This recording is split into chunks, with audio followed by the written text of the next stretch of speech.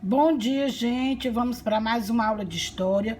Hoje nós vamos concluir o capítulo 16, os jesuítas na América Portuguesa.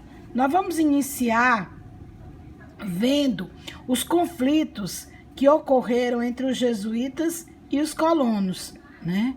Nós vamos ver que havia um projeto de colonos e jesuítas que eram muito diferentes e não se complementavam. Por quê? Porque os jesuítas tentaram proteger os índios da escravidão, enquanto os colonos desejavam explorar a sua mão de obra por meio de escravização. Então, houve inúmeros conflitos entre jesuítas e colonos pelo controle sobre a população indígena. Os colonos visavam explorar a mão de obra indígena por meio da escravidão e os jesuítas buscavam convertê-los ao cristianismo e transformá-los em bons cristãos. As missões jesuíticas instaladas em diversas regiões contribuíram para a expansão territorial da colônia. A grande presença de indígenas no norte da colônia atraiu muitos missionários, principalmente franciscanos e jesuítas. As drogas do sertão eram uma exploração que representou uma grande possibilidade comercial naquela região. Então, os conflitos entre os jesuítas e colonos eram muito grandes. Então, a falta de recursos para adquirir mão de obra escrava africana levava os colonos a querer escravizar os índios. Então, a catequização. A catequização era vista pela coroa portuguesa como uma forma de garantir a posse da região por meio de pacificação de grupos hostis, que se tornariam aliados na luta contra invasores, principalmente ingleses, franceses e holandeses.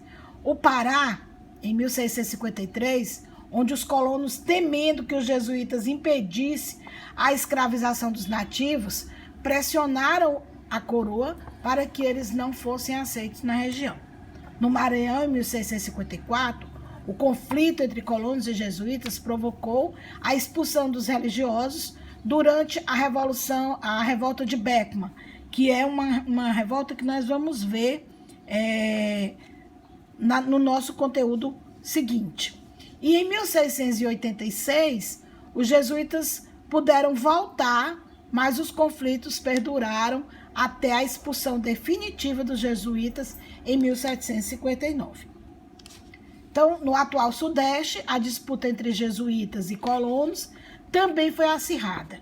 Entre os anos de 1639 e 1640, as violentas reações dos colonos nas cidades do Rio de Janeiro, Santos e São Paulo culminaram com a expulsão dos jesuítas, que só retornariam em 1653. Nessa época, a colônia era comandada pelo Marquês de Pombal, o primeiro-ministro de Portugal, e que em 1759 determinou a expulsão em definitivo desses religiosos em todo o domínio português.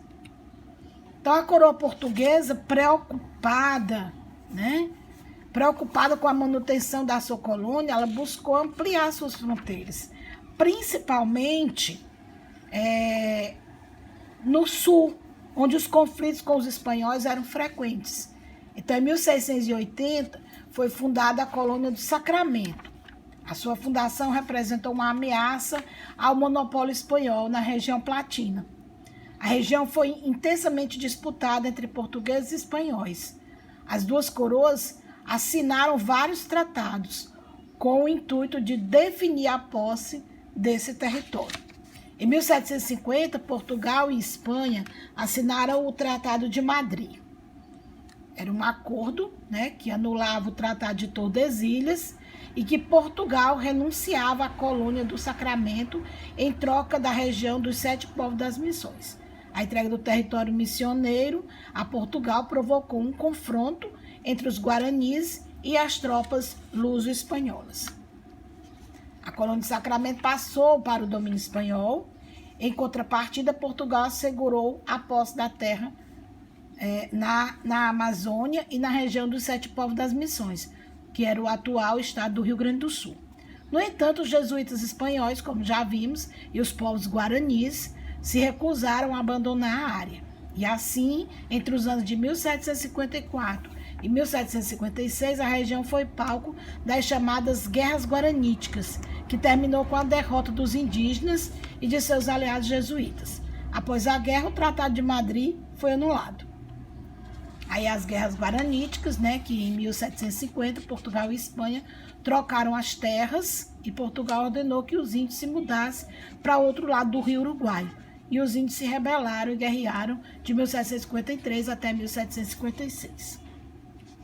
A colônia de Sacramento, no entanto, em 1777, foi firmado o Tratado de Santo Ildefonso, né, pelo qual a região de Sete Povos das Missões voltou para o domínio espanhol. No entanto, em 1801, pelo Tratado de Badajoz, essa região foi devolvida a Portugal. Era uma dança, né? Em 1761 foi anulado o Tratado de Madrid devido aos conflitos com os índios. As tropas espanholas invadiram Sacramento, Santa Catarina e Rio Grande do Sul. Em 1777, Portugal recebeu Santa Catarina e o Rio Grande do Sul de volta e a Espanha manteve Sacramento e as regiões das missões. No Tratado de Badajoz, a permanência dos colonos portugueses nas regiões das missões acarretou a anulação do Tratado de Santo Ildefonso e, em 1801, a Espanha renunciou à posse do território. Agora, nós vamos falar da educação jesuítica no Brasil, porque eles tiveram uma importância muito grande, né, na colônia brasileira. Então, a Companhia de Jesus utilizou o ensino em obra missionária de salvação das almas. Inácio de Loyola, em sua carta, em 1551, recomendou a criação de colégios em locais que os jesuítas estivessem estabelecidos. Então, a partir de então, as escolas elementares e os colégios se difundiram pela colônia. Os primeiros colégios eram simples, eram pequenos e frequentados principalmente pelos filhos de colonos e, em menor escala, por indígenas e órfãos. Os ensinamentos procuravam seguir o mesmo padrão das escolas de Portugal. Aí nós temos, né, além do trabalho com a catequização, os jesuítas dedicavam-se à educação dos colonos e dos filhos da elite local. Em 1554, foi fundado no Brasil o Colégio de São Paulo de Piratininga. Então, os padres, eles priorizavam a formação humanista, que abrangia conhecimento nas áreas de gramática, retórica, música e poesia. Também eram oferecidos estudos de ciência, exercícios físicos e aulas de comportamento social. O principal objetivo era formar bons cristãos. Os padres ensinavam durante 10 horas por dia, 5 horas pela manhã e 5 à tarde. As lições eram em latim. E aos sábados, os estudantes participavam das chamadas sabatinas. Sabatinas era uma avaliação do qual foi aprendido ao longo da semana. Era uma espécie de prova, de teste, para saber se você realmente tinha absorvido tudo que foi ensinado durante a semana, né? Então, havia essa avaliação do que foi aprendido. Então, nós temos aí a imagem dos jesuítas ensinando, né, aos indígenas, aos filhos de colonos e aos órfãos. Já a educação dos indígenas eram realizadas nas missões, para possibilitar a catequese dos indígenas. Os jesuítas realizavam encenações, aprendiam a língua nativa e elaboravam dicionários e gramáticas nesses idiomas. José de Anchieta, além de ter elaborado várias peças que eram encenadas nos aldeamentos, também escreveu a primeira gramática da língua tupi. Então, nós temos aí Anchieta e a primeira gramática na língua tupi, que foi escrita por José de Anchieta. Obrigada. Vamos às nossas atividades.